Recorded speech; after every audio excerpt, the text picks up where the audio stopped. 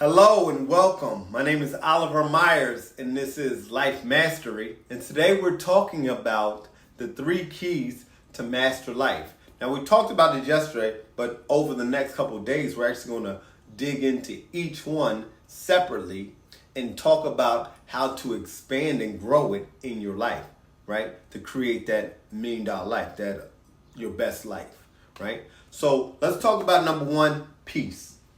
Peace, we talked about, is presence, right? Being present to the people in your life, the relationships you have, right? Focused in the moment, right? But what I'm really talking about is gratitude, right? Being grateful for what you have. Grass is not greener over there, it's where you water it, right? I want you to take a real understanding to this, right? Think of your life right now as a seed. And if you want more out of life, right? If you don't want more out of life, then it is what it is. This is your life. Good. Great. Be grateful for it. Enjoy it. Love it. But if you want more out of life, now is the time to look at your life as a seed.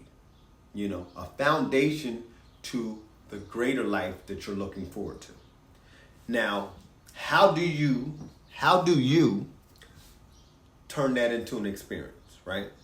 Because right now we're talking about presence to your relationships and your experiences in life. So what are these experiences? What are these relationships, right? You have your family, your friends, and your fans. Those are relationships, right? And in order to grow them, you have to nurture them, right? Nurturing says, I value what I have as I look for its expansion. Now, part of that, I want you to understand, because it's been heavy on my heart for a little bit, right? Stop forcing people to become what you want them to be, right? Acceptance is love, right? The people in your life are there because they love you, not because they want to be what you want them to be. If you are focusing on the things in your life,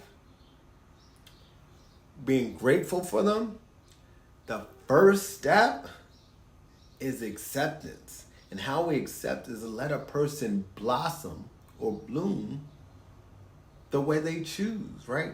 Explore life for them. Stop making a person choose your goals because they're your goals.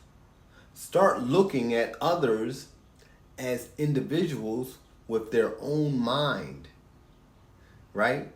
Don't try to control others, right? Just because you had a so-so growing up, right? And you want, I want to upgrade. I want my kids to be better than me. That's fine. That works. But do it in a way that makes sense. Meaning, ask them, right? Before you tell them this is what I'm going to do for you, ask them what they want so that you can nurture their growth instead of force their experience, their control, you know what I mean? Like creating a box that they live in, right? The goal is to make people better. And the only way you can make people better is by you asking them, seeing from their point of view what they really want, not what you really want, right? If I'm your friend and you're telling me how to be, does that make sense? Right? You can't control me, no, then control your actions. So start acting differently by focusing on being grateful, 1, and asking and listening to them to see what they really want. That's the point of being present, right? If I'm present, I'm listening. I'm exploring your world by trying to gain some understanding of your world so that I can help you or nurture you to get where you want. Simple as that, right? So what is it with experiences, right? Right? Here's the thing about expansion, right? Everybody's not where they want to be. Financially, you're probably not there.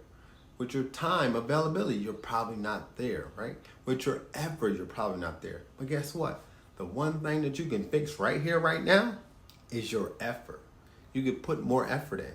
And part of that effort is listening, hearing others, so that you can create a real solution, so you can actually interact positively, not in a controlling or manipulative way. Like, listen to understand, and then you can be understood, right? If I'm listening to teach you or tell you, then I'm never going to understand you or the value of what we're trying to do. So focus on effort first, right? And then you start working on the financial by purpose, right? All of this goes back to purpose, and we'll talk about that tomorrow. But purpose is your delivery of value, your service to the world, right? As you're doing that, you get better and your finances get better so that you can do the things you want to do. But when we talk about these things you want to do, right, you can still do what you want to do. You just can't do it at the high enough level yet, right? If you want a vacation, maybe a vacation around the world is not in the books right now because the numbers don't make sense.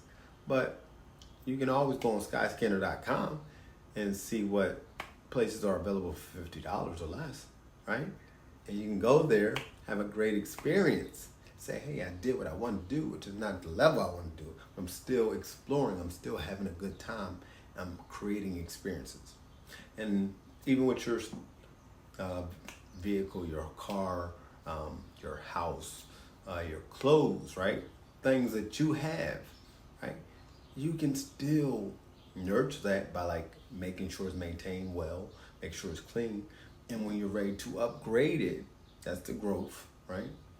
That is still intentionally building your wealth, building in the opportunity to exchange it or make it better, right?